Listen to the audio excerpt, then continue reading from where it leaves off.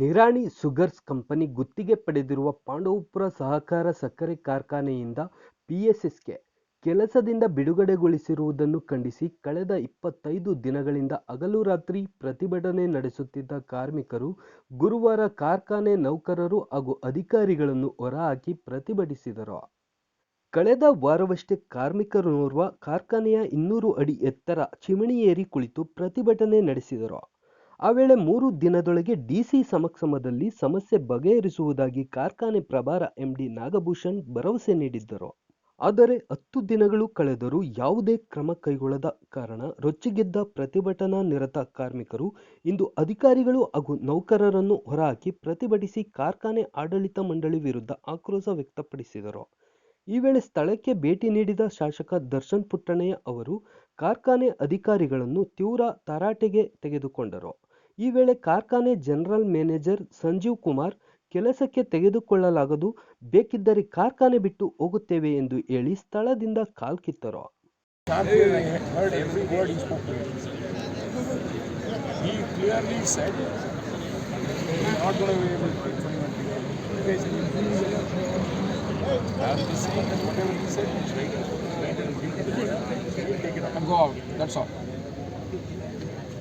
You are not coming out because we are asking you to come out. You are coming out. 1 second. You are coming out because your ED told you to come out.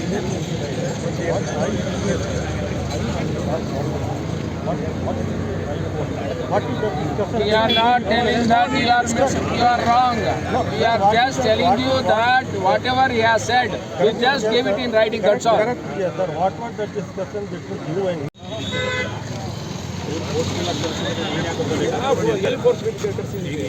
ಹೊರಗಡೆ ಹೋಗಿ ಮಾಡಿದ್ದಾರೆ sir. Option ಕೊಟ್ಟರೆ ನೀವೇ ಹೋಗ್ತೀವಿ ಅಂತ ಹೇಳಿದ್ರಿ. ನಾವು ಹೋಗ್ತೀವಿ ಅಂತ ಹೇಳಿದ್ರಿ ಸರ್.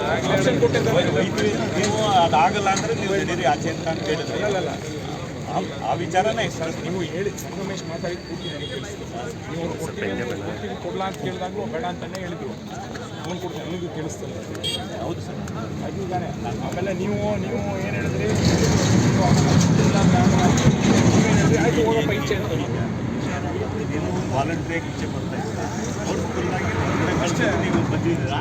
ಅಲ್ಲಿ ನೀವ್ಯಾಕೆ ಲೆಟ್ರ್ ಕೊಡ್ತೀವಿ ಅವೆಲ್ಲ ಬೇಗ ನೀವೇನು ಮಾಡಿದ್ರಿ ಇಲ್ಲಿ ಈಗ ಇಲ್ಲಿ ಈಚೆ ಯಾಕೆ ಬಂದ್ರಿ ನೀವು ಈಚೆ ಈಗ ಏನು ಆಪ್ಷನ್ ಕೊಡ್ತೀವಿ ತಗೊಳ್ಳಿ ಅಲ್ಲೇ ಮಾಡ್ತೀವಿ ಇಲ್ಲ ಈಚೆ ಹೋಗ್ಬಿಟ್ಟು ನಾವು ಆಪ್ಷನ್ ಕೊಡ್ತೀವಿ. ನೀವೇನು ಹೇಳಿದ್ರಿ ನಿಮಿಷ ಇದೆ ಇಬ್ಬಂದು ಹೇಳಿದ್ರಿ ಸರ್ ಈಚೆ ಹೋಗ್ತೀವಿ ಕರೆಕ್ಟ್ ತಾನೆ ಅಷ್ಟೇ. ಇನ್ನೇನು ಸಿಂಪಲ್ ನಾನು ಕೇಳಿದ್ದೆ ನಿಮಗೆ ಒಂದೇ ಕ್ವಶನ್ನು, ಎರಡರ ಒಂದು ಚಾಯ್ಸ್ ತಗೊಳ್ಳಿ ಅಂತ.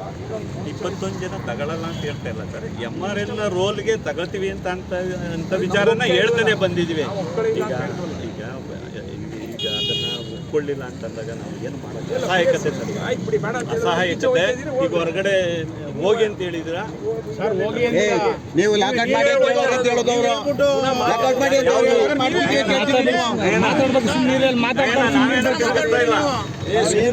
ಬೇರೆಯವ್ರು ಮಾತಾಡ್ಬಾರ್ದು ಸುಮ್ಮನೆ. ಹೊರಗಡೆ ಹೋಗ್ತಾ ಇದ್ದೀವಿ. ಹೌದಾ ಇಲ್ಲ sir?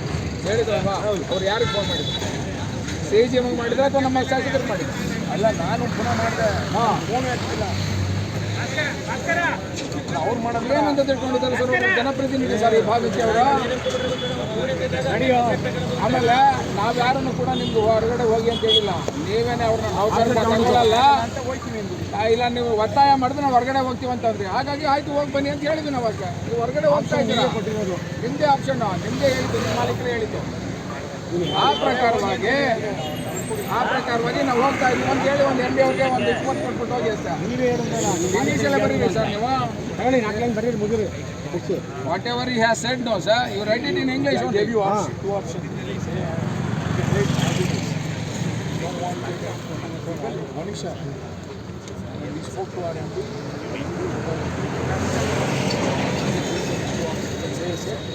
We will not be able to take any of the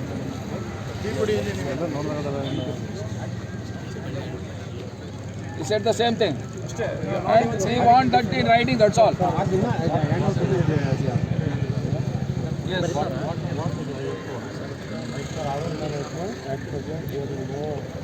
No work. When we are starting out, we will record. No, sir. Okay. what you have told me. Whether you have to hire your people or you have to go out.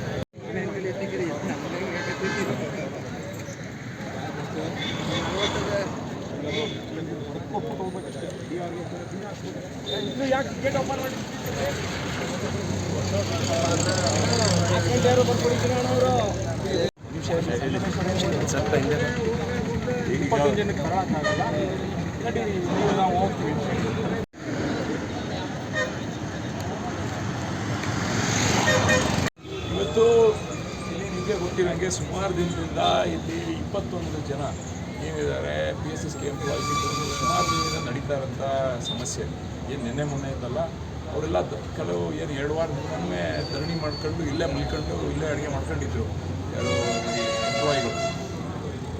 ಮುಂಚಿಂದನೂ ನಾವು ಈ ನಿರಾಣಿಯವರು ಅವರ ಹತ್ರ ಎಲ್ಲ ಮಾತಾಡಿದ್ವಿ, ಇವ್ರುಗಳನ್ನೆಲ್ಲ ತಗೊಳ್ಬೇಕು ಅನ್ನೋದನ್ನು. ಇವ್ರನ್ನೆಲ್ಲರೂ ಯಾರನ್ನೂ ತಗೋತಾ ಇಲ್ಲ. ಬೋರ್ಡಿಂದನೂ ಆದೇಶ ಆಗಿದೆ ಇವ್ರುಗಳನ್ನೆಲ್ಲ ತಗೊಳ್ಬೇಕು. ಯಾವುದಕ್ಕೂ ಇವರು ರೆಸ್ಪೆಕ್ಟ್ ಕೊಡ್ತಾ ಇಲ್ಲ. ನಾವು 1 ತಿಂಗಳು ಮುಂಚೆನೇ ಬಂದು ಇಲ್ಲೆಲ್ಲ ಅವ್ರುಗಳಿಗೆ ಒಳಗೆ ಬಿಡಿ, ಕೋರ್ಟಿಂದ ಆರ್ಡರ್ ಆಗಿದೆ, ಅವ್ರು ಇಲ್ಲಿ ಕೆಲಸ ಮಾಡಬೇಕು ಅನ್ನೋದಿದೆ. ಅಗ್ರಿಮೆಂಟಲ್ಲೂ ಅವ್ರದ್ದೆಲ್ಲ ತಗೊಳ್ಬೇಕು ಅನ್ನೋದು ಇತ್ತು. ಇವತ್ತು ಅದು ಜೊತೆಗೆ ಇನ್ನೂ ಹಲವಾರು ಸಮಸ್ಯೆಗಳಿದ್ವು. ಇದು ಪ್ರಮುಖವಾಗಿ ಇವರು ಏನು ಆ್ಯಕ್ಷನ್ ತಗೋತಾ ಇಲ್ಲ. ಅದಕ್ಕೋಸ್ಕರ ಇವತ್ತು ಇಲ್ಲಿ ಬಂದು ಕೇಳಿದ್ವಿ, 2 ಆಪ್ಷನ್ ಕೊಟ್ವಿ. ಇವ್ರು 21 ಜನನ ನೀವು ತಗೊಳ್ಳಿ, ಇಲ್ಲ ನೀವು ಬಿಟ್ಟು ಹೋಗ್ರಿ, ಪರವಾಗಿಲ್ಲ ಅಂತ ಹೇಳಿದ್ರು. ಅವರು ಇಲ್ಲ ನಾವು ಬಿಟ್ಟು ಹೋಗ್ತೀವಿ ಅಂತ ಹೇಳಿದ್ರು. ಅವರೇ ಈಚೆ ಹೋಗ್ತಿದ್ದಾರೆ. ಅವರು ನೆಕ್ಸ್ಟ್ ಅದೇನು ಮಾಡಬೇಕು DR ಹತ್ರ ಮಾತಾಡಿ ಯಾವ ಥರ ಫ್ಯಾಕ್ಟ್ರಿನ ಮುಂದಕ್ಕೆ ನಡೆಸ್ಕೊಂಡು ಹೋಗ್ಬೇಕು ಅದ್ರ ಬಗ್ಗೆ ನಾವು ಕ್ರಮ ವಹಿಸ್ತೀವಿ. ಸರ್, ಈಗ ಅಗ್ರಿಮೆಂಟ್ ಪ್ರಕಾರ ಅವ್ರು 40 ವರ್ಷ ಆಗಿದೆ. ಅಗ್ರಿಮೆಂಟ್ ಅದೇ ಈಗ ಅದನ್ನೇ ಎಲ್ಲ ಚರ್ಚೆ ಮಾಡ್ತಾ ಇದ್ದೀವಿ. ಯಾವುದೇ ಥರದ ರೈತರಿಗೆ ಸಮಸ್ಯೆ ಆಗೋಕ್ಕೆ, ರೈತರು ಸಮಸ್ಯೆ ಮಾಡೋಕ್ಕೋಸ್ಕರ ಏನು ನಾವು ಮಾಡ್ತಾ ಇಲ್ಲ, ಅವ್ರಿಗೆ ಉಳಿಸೋಕ್ಕೋಸ್ಕರ ಮಾಡ್ತಾ ಇರೋಂಥದ್ದು. ಅವ್ರುಗಳಿಗೆ ಏನು ಇಮಿಡಿಯೇಟಾಗಿ ಆ್ಯಕ್ಷನ್ ತಗೊಳ್ಬೇಕು ಅದನ್ನು ತಗೊಳ್ತೀವಿ. ಫ್ಯಾಕ್ಟ್ರಿ ನಿಲ್ಲೋದು ಯಾವುದು ಈಗ ಎಲ್ಲ ಕಷ್ಟಪಟ್ಟು ಇಷ್ಟು ದಿವಸ ಈಗ ಒಂದು ಕಡೆ ಬೇರೆ ಸಮಸ್ಯೆಗಳಿದೆ, ಆದರೆ ಈ ಫ್ಯಾಕ್ಟ್ರಿ ನಡೀತಿರೋದ್ರಿಂದ ಎಲ್ಲ ರೈತರಿಗೂ ಒಳ್ಳೆಯದಾಗಿದೆ. ಅದಂತೂ ನಾವು ಅದನ್ನು ಕಡೆಗಣಿಸೋಕ್ಕಾಗಲ್ಲ. ಅದನ್ನು ತಲೆಯಲ್ಲಿ ಇಟ್ಕೊಂಡು ಯಾವ ಥರ ನಾವು ಮಾಡಬೇಕು ಅದನ್ನು. ಈಗ ಆಡಳಿತ ಮಂಡಳಿಯವರು ತಮ್ಗೆ ಏನು ಹೇಳಿದ್ದಾರೆ ಸರ್? ಆಡಳಿತ ಮಂಡಳಿ ಅವ್ರು ಹೇಳಿ ಅವ್ರ ಹತ್ರ ಮಾತಾಡಿದರೆ, ನನ್ನ ಹತ್ರ ಏನೋ ಯಾರು ಮೇಲ್ಗಡೆಯಿಂದ ಯಾರೂ ಮಾತಾಡಿಲ್ಲ. ಇವ್ರುಗಳು ಹೇಳಿದ್ರು ನಾವು ಈಚೆ ಹೋಗ್ತೀವಿ, ನಾವು ಅವ್ರನ್ನ ತಗೊಳಕ್ಕಾಗಲ್ಲ. ಗೌರ್ಮೆಂಟ್ ಆರ್ಡ್ರನ್ನು ನಾವು ಕೋರ್ಟ್ ಆರ್ಡ್ರನ್ನು ನಾವು ಆನರ್ ಮಾಡೋಕ್ಕಾಗಲ್ಲ. ನಾವು ಈಗ 1 ವಾರದ ಮುಂಚೆ ತಾವು ಬಂದಿದ್ರಿ, ಎಲ್ಲ ಕೊಡಲ್ಲ. ನಾವು ಬಂದು ಎಲ್ಲರ ಹತ್ರನೂ ಕಾನೂನು ಪ್ರಕಾರವಾಗಿ ತಗೊಳ್ಳಿ ಅಂತ ನಾವು ಲೆಟರ್ ಅವ್ರಿಗೆ ಕೊಟ್ಟಿದ್ದೀವಿ. ಅದಕ್ಕೂ ಅವ್ರ ಗೌರವ ಇಲ್ಲ. ಅವ್ರು ಹೇಳ್ದಂಗೆ ನಡ್ಸ್ಕೊಂಡು ಹೋಗ್ಬೇಕು ಅಂತ ಹೇಳ್ತಿದ್ದಾರೆ. ಈಗ ಲೋಕಲ್ ಅವ್ರಿಗೆ ಎಲ್ಲರಿಗೂ ನಿಮಗೆ ಗೊತ್ತಿರೋಂಗೆ ಫ್ಯಾಕ್ಟ್ರಿಯಿಂದ ಲೋಕಲ್ ಅವ್ರಿಗೆ ಎಲ್ಲರಿಗೂ ಎಂಪ್ಲಾಯ್ಮೆಂಟ್ ಎಲ್ಲ ಹಿರಿಯರು ಮತ್ತು ಅಧಿಕಾರಿಗಳ ಜೊತೆ ಮಾತಾಡ್ತೀವಿ. ಮುಂದಕ್ಕೆ ಏನು ಮಾಡಬೇಕು ಅಂತ. ಮುಂದಿನ ಹೋರಾಟ ಯಾವ ರೀತಿ ಇರುತ್ತೆ ಸರ್? ಇದನ್ನು ಚರ್ಚೆ ಮಾಡ್ತೀವಿ. ಈಗ ಏನು ಮಾಡಬೇಕಂತ ಎಲ್ಲ ಈಗ ಅವರೇ ನೀವು ಏನಿದೆ ಅದ್ರ ಪ್ರಕಾರ ಉಲ್ಲಂಘನೆ ಆಗಿದೆ ಅಂತ ಗೊತ್ತು. ಅವರೇನು ಎಲ್ಲ ಇದ್ರ ಪ್ರಕಾರ ನಡ್ಕೊ ಬಂದಿಲ್ಲ. ನಿಮಗೆ ಗೊತ್ತಿ ಇರೋದಿಷ್ಟೇ, ನಾವು ಅರ್ಥ ಮಾಡ್ಕೋಬೇಕಾಗಿರೋದು. ಇಲ್ಲಿ 106 ಕೋಟಿ ಸಾಲ ಐತೆ ಫ್ಯಾಕ್ಟ್ರಿಗೆ. ಫ್ಯಾಕ್ಟ್ರಿನ ಪ್ರೈವೇಟ್ ಅವರು ಕೊಟ್ಟಿದ್ದು ಆರ್ಥಿಕ ಸ್ಥಿತಿಯಿಂದ ಈಚೆ ಬರೋಕ್ಕೋಸ್ಕರ. ನಾವು ಈ ಫ್ಯಾಕ್ಟ್ರಿ ಅವ್ರು ಕಟ್ಟೋ ದುಡ್ಡಲ್ಲಿ ಯಾವುದೇ ಕಾರಣಕ್ಕೂ ನಾವು ಈಚೆ ಬರೋಕ್ಕಾಗಲ್ಲ. ಯಾವ ಸಾಲನೂ ತೀರ್ಸೋಕ್ಕಾಗಲ್ಲ. ಅವಾಗ ಏನಾಯ್ತದೆ, ಫ್ಯಾಕ್ಟ್ರಿಯಲ್ಲಿರೋ ಎಲ್ಲ ಆಸ್ತಿಗಳು ಹರಾಜಾಯ್ತದೆ, ಅವ್ರ ಪಾಲಾಯ್ತದೆ ಅಷ್ಟೇ. ಈಗ ನೀವೇ ಲೆಕ್ಕ ಎಷ್ಟು 28 ಕೋಟಿ ಕಟ್ಟಿದ್ದಾರೆ. ವರ್ಷಕ್ಕೆ 1 ಕೋಟಿ ಕಟ್ತಾವ್ರೆ. 3 ಕೋಟಿ 4 ಕೋಟಿ 3 ಕೋಟಿನ ಆಯ್ತದೆ. ಇನ್ನು 30 ವರ್ಷ ಆದಮೇಲೆ 20 ವರ್ಷ ಆದಮೇಲೆ ಅದೆಲ್ಲ ಸೇರಿದ್ರೆ ಯಾವ ಸಾಲನೂ ತೀರೋಕ್ಕಾಗಲ್ಲ. ಆರ್ಥಿಕವಾಗಿ ಯಾವ ಸಾಲನೂ ನಾವು PSSಗೆ ಈಚೆ ಬರೋಕ್ಕಾಗಲ್ಲ. ಇದು ಎಲ್ಲ ಅರ್ಥ ಮಾಡ್ಕೋಬೇಕಾಗಿರೋಂಥ ವಿಷಯ. ಇದು ಯಾವ ಥರ ಅಗ್ರಿಮೆಂಟನ್ನು ಒಪ್ಕೊಂಡು ಸರ್ಕಾರದಿಂದ ಮಾಡಿದ್ರು ಅನ್ನೋದು ನನಗಂತೂ ಅರ್ಥ ಇದಲ್ಲ. ಇದೊಂಥರ ಈ ಸುಮ್ಮನೆ ನಾವು ಈ ಒಂದು ಪುನಃ ಹೇಳ್ತೀನಿ, ಈಗೆಲ್ಲ ಫ್ಯಾಕ್ಟ್ರಿ ನಡೀತಿರೋದ್ರಿಂದ ಈ ಭಾಗದ ರೈತರಿಗಂತೂ ಅನುಕೂಲ ಆಗೈತೆ, ಅದಂತೂ ಗ್ಯಾರಂಟಿ. ಅದನ್ನು ಒತ್ತಿ ಹೇಳ್ತೀನಿ. ಆದರೆ ಬೇರೆ ಥರದ್ದೆಲ್ಲ ನಾವು ತಡೆಯೋಕ್ಕಾಗಲ್ಲ. ಇಲ್ಲಿ ಅದನ್ನು ಸರಿ ಮಾಡಿಸ್ಬೇಕು. ಸರಿ ಮಾಡ್ಕೊಂಡು ಹೋಗೋದ್ರಿಂದ ನಡ್ಸ್ಕೊಂಡು ಹೋಗ್ಬೋದು. ಇಲ್ಲಾಂದರೆ ಬೇರೆ ಏನು ವ್ಯವಸ್ಥೆ ಮಾಡಬೇಕು ಅದನ್ನು ಮಾಡಿಸಿ. ಎಲ್ಲರೂ 1000 ಜನ ಇವರೊಬ್ಬರೇ ಫ್ಯಾಕ್ಟ್ರಿ ನಡೆಸೋರು, 100 ಜನ ಅವರೇ ಬಂದು ನಡೆಸ್ತೀವಿ ಅನ್ನೋ ಫ್ಯಾಕ್ಟ್ರಿಯ ಈಗ ನಡೀತಾ ಐತೆ ಫ್ಯಾಕ್ಟ್ರಿ ತಗೊಂಡು ಹೋಗಿ ಅವರು ಅದೇನು ಅವರ ಸರ್ಕಾರದ ಹತ್ರ ದುಡ್ಡು ಇಸ್ಕೋಬೇಕು ಇಸ್ಕೊಳ್ಳಿ, ಇವರು ಬೇರೆಯವ್ರು ಬಂದು ನಡ್ಸ್ಕೊಂಡು ಹೋಗ್ಲಿ, ಯಾವ ದೊಡ್ಡ ವಿಷಯ. ಕೆಲಸಕ್ಕೆ ತೆಗೆದುಕೊಂಡು ಅವ್ರನ್ನ ಕೆಲಸ ಮಾಡೋದಕ್ಕೆ ಅವಕಾಶ ಮಾಡಿಕೊಡ್ಬೇಕು ಅಂತೇಳಿ ಒಂದು ಮನವಿಯನ್ನು CGM ಮುಂದೆ ಇಟ್ವಿ. ಅವರು ಸಂಬಂಧಪಟ್ಟಂಥ ಆಡಳಿತ ಮಂಡಳಿಯವ್ರ ಜೊತೆ ಚರ್ಚೆ ಮಾಡಿದ್ರು. ಅವರು ಹೇಳಿದರು, ನಾವು ಈ 21 ನೌಕರರನ್ನ PSSK ನೌಕರರಾಗಿ ಪರಿಗಣಿಸೋದಿಲ್ಲ. ಇಲ್ಲ ಅಂತಂದರೆ ಅವರು ಒತ್ತಾಯ ಮಾಡೋದಾದರೆ ನಾವು ಫ್ಯಾಕ್ಟ್ರಿಯಿಂದ ಹೊರಗೆ ಹೋಗ್ತೀವಿ ಅನ್ನೋದನ್ನ ಮುರುಗೇಶ್ ನಿರಾಣಿ ಅವರು ಈ ಒಂದು ಕಬ್ಬು ಅಭಿವೃದ್ಧಿ ಅಧಿಕಾರಿ ಜೊತೆ ಮಾತುಕತೆ ಮೂಲಕ ಸ್ಪಷ್ಟವಾಗಿ ಹೇಳಿದ್ದಾರೆ. ಅದನ್ನು ಬರವಣಿಗೆ ಮೂಲಕ ಬಾರ್ದು ನಮ್ಮ PSSK MD ಅವ್ರಿಗೆ ಕೊಡಿ ಅಂತೇಳಿ ನಾವು ಅವ್ರನ್ನ ಕೇಳ್ಕೊತಾ ಇದ್ದೀವಿ. ಆದ್ರೂ ಕೂಡ ಅವರು ಬರವಣಿಗೆಯಲ್ಲಿ ನಾವು ಅದನ್ನು ಕೊಡೋದಿಲ್ಲ ಅಂತೇಳಿ ಅವರು ಹಠ ಮಾಡ್ತಾ ಇದ್ದಾರೆ. ಹೀಗಾಗಿ ನಾವು ಯಾರನ್ನೂ ಕೂಡ ಅವ್ರನ್ನ ಫ್ಯಾಕ್ಟ್ರಿಯಿಂದ ಹೊರಗಡೆ ಹೋಗಿ ಅಂತ ಹೇಳಿಲ್ಲ.